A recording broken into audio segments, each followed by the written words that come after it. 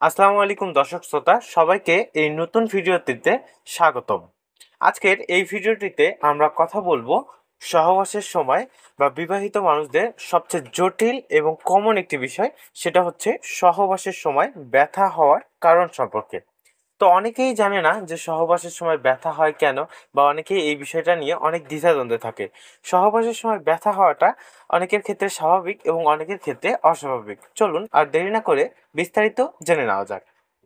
সহবাসের সময় ব্যথা একটি সাধারণ সমস্যা যা নারীদের মধ্যে বেশি দেখা যায়, তবে পুরুষদের ক্ষেত্রেও এমনটা হতে পারে। তো আজকের এই ভিডিওটির মূল আলোচনার বিষয় হচ্ছে সহবাসের সময় নারীদের ব্যথা হওয়ার কারণগুলো সম্পর্কে।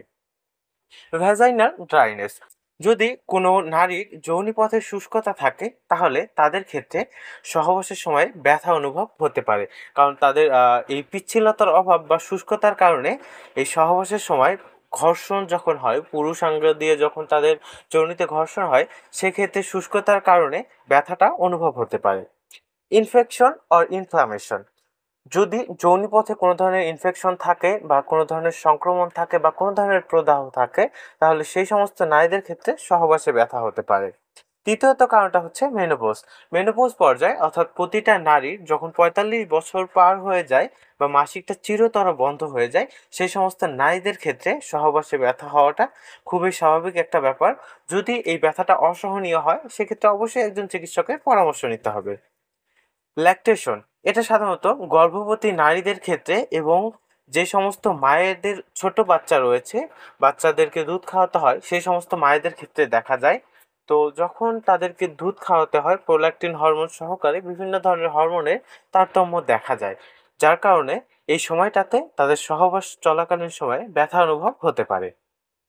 ভ্যাজাইনিটিস: যৌনি প্রদাহ: যৌনিতে কোনো ধরনের সংক্রমণ বা যৌনিতে যে কোনো ধরনের কারণ থেকে প্রদাহ যদি সৃষ্টি হয়, তাহলে সেই সমস্ত নারীদের সহবাসের সময় ব্যথা হতে পারে। ইউটিআই: এটাকে বিস্তারিতভাবে বলা যায় ইউরিনারি ট্র্যাক্ট ইনফেকশন।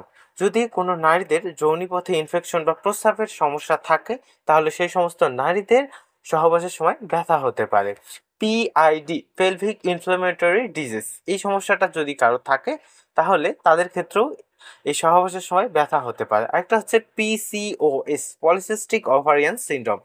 যদি কোনো নারীদের জরায়ুত ছোট ছোট সিস্টের মতো বা গুটি গুটি টিউমারের মতো থাকে, বা পলিসিস্টিক ওভারিয়ান সিনড্রোম মেডিকেল টার্মে যাকে পিসিওএস বলা হয়, এই সমস্যা থাকলে তাদের ক্ষেত্রে এই একই সমস্যা দেখা দিতে পারে। সহবাসের ব্যথার অন্যতম একটি যে কারণটা, সেটা হচ্ছে পিসিওএস এর সমস্যা থাকা, পলিসিস্টিক ওভারিয়ান সিনড্রোম।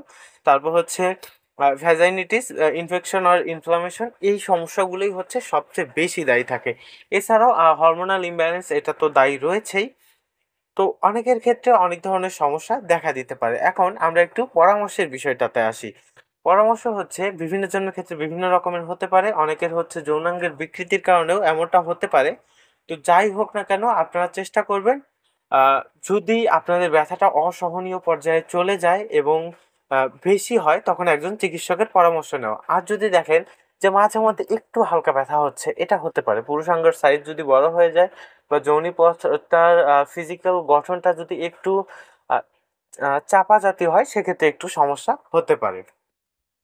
তো ভিডিওটি শুরু থেকে শেষ পর্যন্ত দেখার জন্য সকলকে অসংখ্য ধন্যবাদ জানাচ্ছি, এবং যৌন স্বাস্থ্য সম্পর্কিত সকল ধরনের পরামর্শের জন্য আপনারা খুব সহজেই আমার এই স্ক্রিনে দেওয়া হোয়াটসঅ্যাপ নাম্বারে যোগাযোগ করতে পারেন, কিংবা যে কোনো প্রয়োজনে সরাসরি কল করতে পারেন। ভিডিওটি শুরু থেকে শেষ পর্যন্ত দেখার জন্য সকলকে আমি আবারও অসংখ্য ধন্যবাদ জানাচ্ছি, এবং ভিডিওটি ভালো লাগলে আমাদের ইউটিউব চ্যানেলটি সাবস্ক্রাইব এবং ফেসবুক পেজ থেকে দেখে থাকলে ফেসবুক পেজটি ফলো করে সাথে থাকুন। ধন্যবাদ।